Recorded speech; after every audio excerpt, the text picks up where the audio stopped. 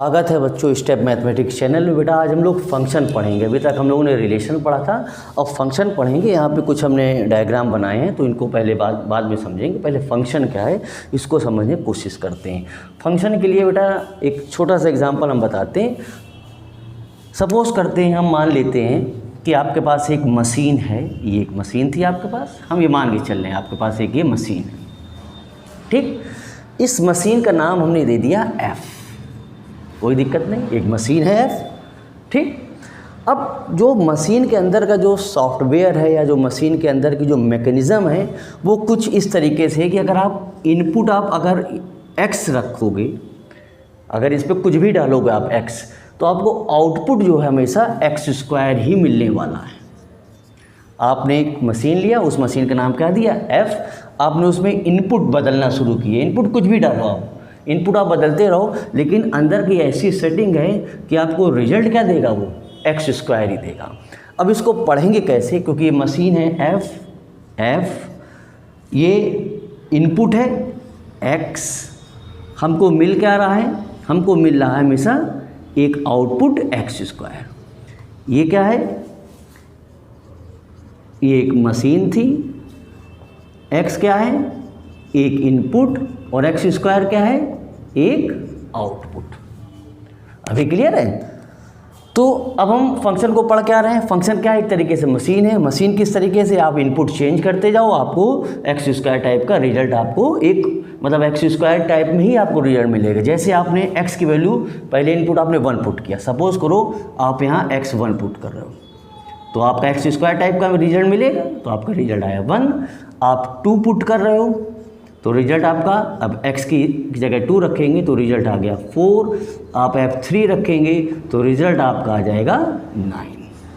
तो एक तरीके से आप फंक्शंस को एक रूल नहीं देख रहे हो, एक तरीके से आप अगर हम बात करें तो फंक्शन एक क्या है, एक रूल्स ही तो है जो हमको क्या दे रहा है, कुछ इनपुट रखने पे कुछ हमको आउटपुट दे रहा है। अब इसको पढ़ेंगे कैसे, इसको किस तरीके से रीड करेंगे, तो रीड करने के लिए हमें क्या करना है, इस तरीके से फंक्शन को पढ़ेंगे। फंक्शन फ्रॉम सेट ए, यानी एक set A to set B, ये नॉन एम्प्टी सेट है, यानी कुछ ना कुछ इसमें वैल्यूज़ होंगी। इसको क्या पढ़ेंगे, इसको पढ़ेंगे function from set A to set B. A क्या है इनपुट, बी क्या है इसके आउटपुट। अभी क्लियर है। अब इसी में हम लोग कुछ समझते हैं कि फंक्शन की नेसेसरी कंडीशंस क्या है, फंक्शन कब वैलिड माना जाएगा कब नहीं होगा, ये चीज़ तो क्लियर होगी ना। आपसे अगर कोई फंक्शन पूछा तो आप कह सकते हैं कि भाई फंक्शन क्या है, एक सेट ऑफ रूल्स है। सेट ऑफ रूल्स ही तो है, अंदर की मैकेनिज्म क्या थी एक्स स्क्वायर थी, आपने एक्स की वैल्यू बदलते चले हैं, आपको रिजल्ट तो आपको एक्स स्क्वायर टाइप से ही मिलेगा। अब क्या हो सकता है, क्या क्या कंडीशन इसमें वैलिड हैं, तो फंक्शन के लिए ज़रूरी है। सबसे पहले हम क्या करेंगे, अब हम इसको इरेज कर रहे हैं। इरेज करने के बाद हम क्या बताएंगे, इसमें डोमेन बताएंगे, फिर आपको कोडोमेन बताएंगे और फिर इसकी रेंज भी बताएंगे, क्योंकि रिलेशन ही तो होता है एक तरीके से। फंक्शन भी क्या है एक तरीके से रिलेशन ही है। तो शर्त क्या है, फंक्शन होने के लिए शर्त क्या है कि हमारे पास एक सेट ए था। इस सवाल में देखो एक सेट ए है, एक सेट बी है। तो सेट ए की सारे एलिमेंट्स की कहीं ना कहीं सेट बी में इमेज होनी ही चाहिए, एक मैपिंग होनी चाहिए, एक रूल ऑफ करस्पॉन्डेंस होना चाहिए। यानी एक तरीके से एक जैसे इस क्वेश्चन में देखो ये सेट ए था, ये सेट बी था। सेट ए की देखो 1 इमेज बन रही है, कोई ना कोई रूल से ये अटैच है। सेट ए में जो बी एलिमेंट है इसकी 3 इमेज बन रही है, सी की 4 बन रही है, डी की 2 बन रही है और ई की भी 2 बन रही है। यानी आप इसको पढ़ोगे कैसे, आप देखो सारे एलिमेंट्स की कहीं ना कहीं इमेज बन रही कि नहीं बन रही, यानी सारे एलिमेंट्स एग्जॉस्ट हो गए, कोई बचा नहीं। इस एग्जांपल में देखो ज़रा, ए की 1 बन रही थी, बी की 3 बन रही थी, सी की 4 बन रही थी, डी की 2, लेकिन सेट ए का ये एलिमेंट एक ऐसा रह गया जिसकी कोई इमेज ही नहीं बनी, तो इसको फंक्शन नहीं पढ़ेंगे।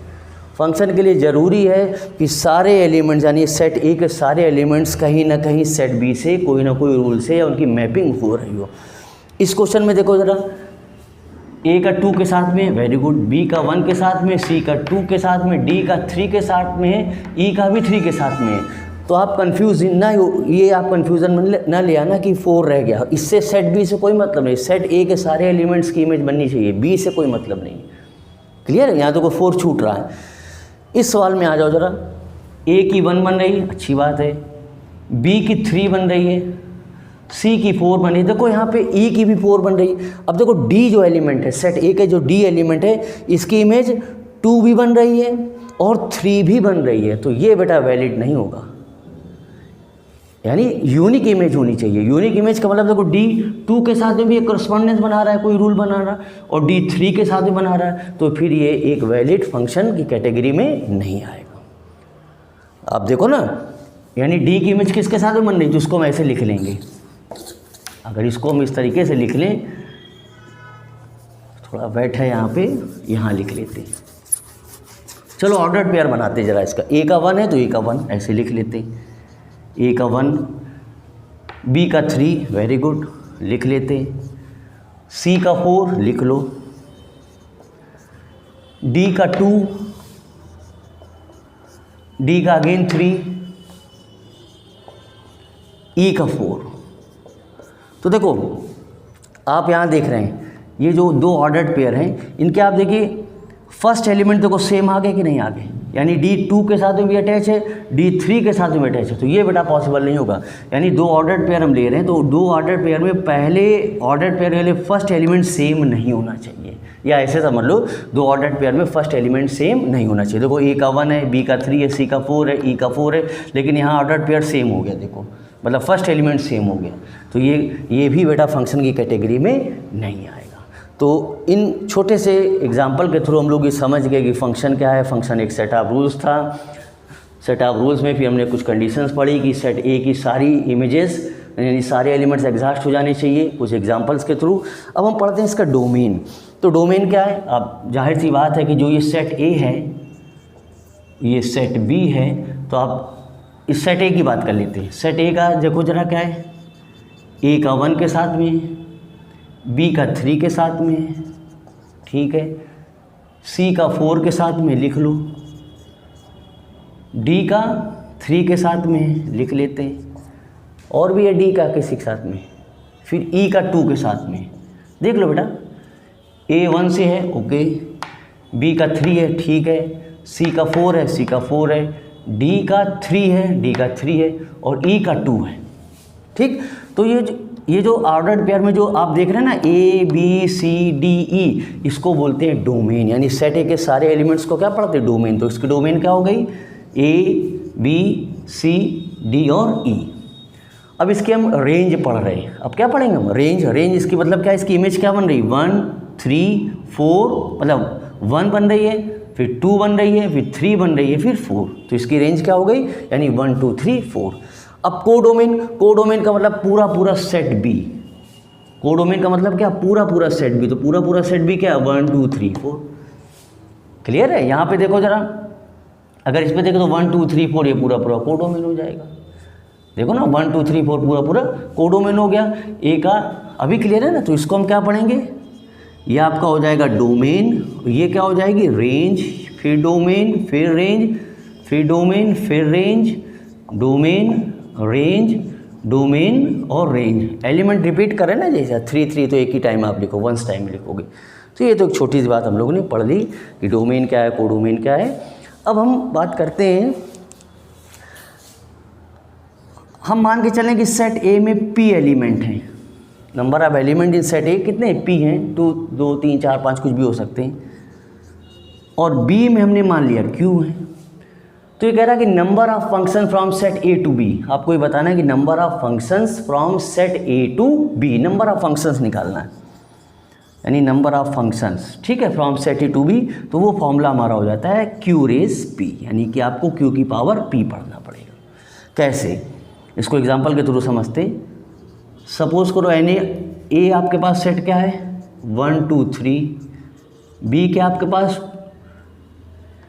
ए बी सी, ऐसे लेट कर लेते हैं, ठीक।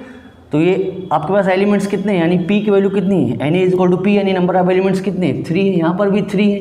तो फॉर्मूला क्या है? क्यू की पावर पी। तो क्यू आपका क्या है? ये पी था, ये क्यू था, तो 3 की पावर 3 यानी 27। उल्टा सोचो जरा, A इज इक्वल टू 1 2 3 4 और B is equal to ABC, ऐसे लेट कर लो।